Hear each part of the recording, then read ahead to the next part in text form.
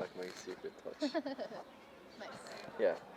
So, as a beginning, I want to start talking about your debut album, Mm-hmm. Fading Lines. Mm-hmm. You suddenly decided to start recording the album completely by yourself, and even though I've heard the album right now, I'm like completely sure you would have still got a really good deal. Why did you decide to keep going by yourself? Well, basically, it's always been my project. I've been writing my own songs under this name since 2012, and I've tried like I got at a live point at some point after that, and we tried working more as like a band where everyone wanted to have like creative influence and write together, but it didn't really work out. I guess partly that's like to blame on me because I'm just not very good at like being open in the creative process. Like when I'm writing songs, I just get Yeah. really like locked in my own head, and I just need to be like in my own room, like jamming out, you know, by myself. And I'm not really good at like being very open in the process and like jamming and like like improvising on the spot. It's more kind of like an isolated process. So that's why, and also like I guess like it was also kind of like a motivational thing where I felt like I really wanted to like kind of make the next step and make this record, and like I didn't mind investing a lot of money in it, but then again like I didn't want to come back home with a record that wasn't like fully my project. Then if I'm gonna pay for it all, I figure that um, then I want to have like kind of the creative control and like be in charge of all the creative decisions that are made. So that's why I chose to go by myself to New York and work with some people there. Okay. Nice. Yes. I believe that the first album is always the hardest to write. So, Maybe. what got you into writing in the first place?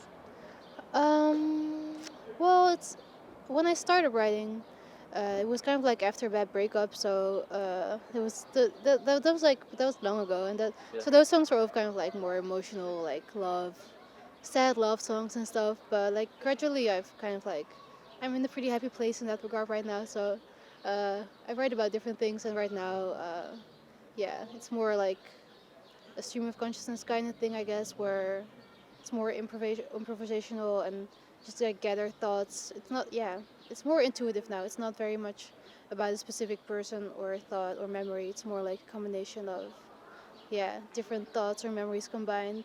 But like initially, like when I started writing songs, it was more like an emotional thing. Yeah. We've always been a fan of the philosophy of law. How Yeah. did that influence the way you write in terms of themes and complexity of text? Well, again, like that's something I was more doing at first in like the early period of songwriting. When I just started out, I was still in law school then, and I had like all these classes on philosophy of law and like criminal law. Those were like my favorite classes, all like these heavy subjects. So, and I really wanted to write about that. So about like themes of punishment, guilt, free will, like really big, heavy stuff.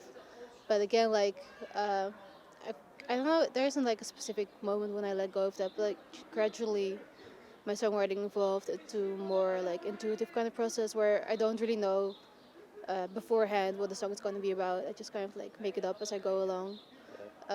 So I don't really work like that right now anymore. That I'm like, oh, I'm going to write a song. And it's going to be about like this or this or this. It's more, yeah, intuitive. Okay. So, how perfectionist are you when it comes to writing stuff? Does the final product has to exactly match what was in your head in the first place? It's kind of double, I guess. I mean, on the one hand, I am quite perfectionist at it, but I also really, like I said, I did want to have like a lot of control about the record and how it would turn out. But on the other hand, I really want to I put a lot of trust in the people that I work with, because I chose to work with those people in the States for a reason, being that I love their work. I think they're amazing musicians, and Ben's like a top producer, like creative genius kind of guy. So I also put a lot of trust in them to like do their thing, and do it right.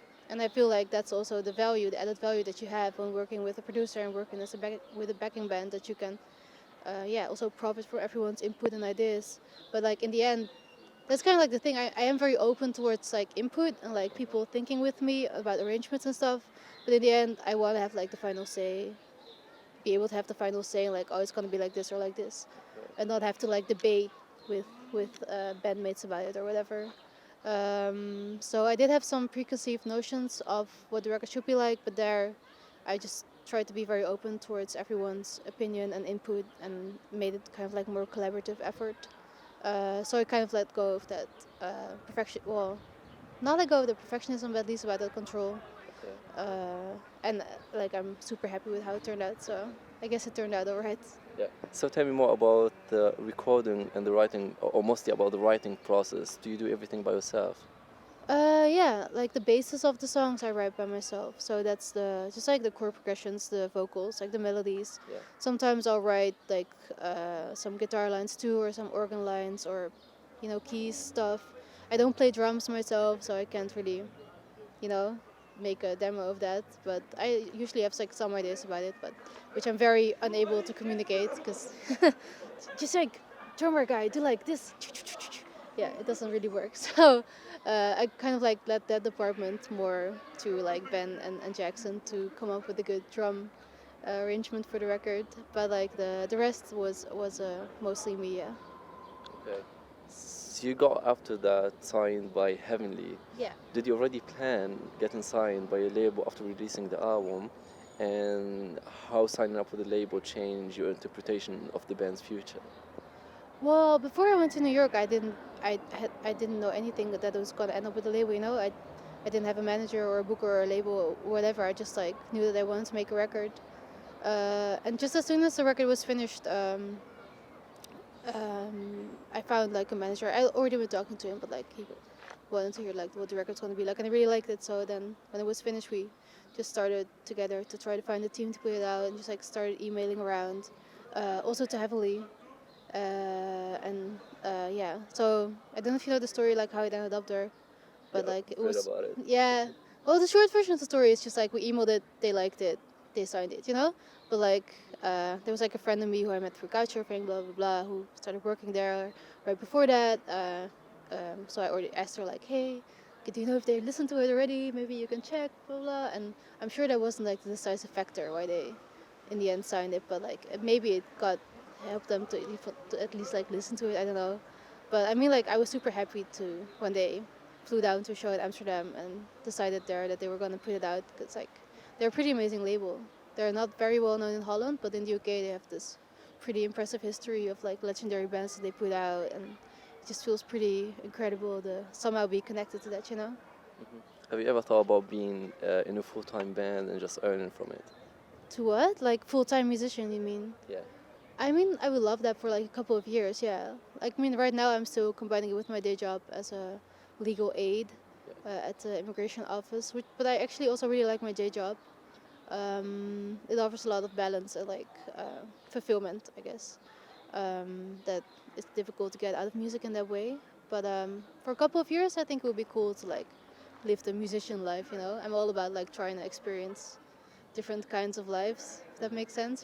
So it would be kind of cool to like fully focus on music for a couple of years, but I also feel that like in a couple of years, then in maybe 5 years, I'd be kind of like not bored with it, but probably like ready for something else again. So I don't think I would give up law forever, but maybe for a couple of years, yeah. Okay. So not last but not least, and to finish this interview, Yeah. I have one final question. Okay. What do you think is the best situation to listen to your music in? Sitting Oh, at that's home, easy. like on a sofa, speeding up on a highway, or in a Yes. different situation? Definitely, that's an easy question. Definitely, like that's my favorite personal situation is while driving, especially like at these hours where there's like really cool light, like when the sun's going down or coming up, or like you have kind of like this magical atmosphere, and then put on a good record and like drive really fast.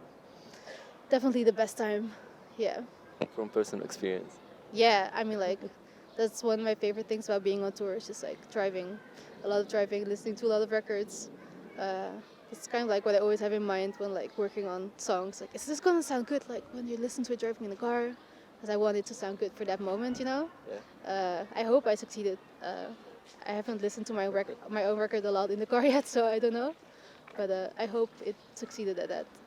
Yeah. So it was a pleasure meeting you. Thank you so much for taking the time. Thank you. Give me a hug. Ah, cool. I know. It's like, Oh. Oh yeah, I read about that. But you're not allowed to discuss it. just like in 5 years. In Annelotte.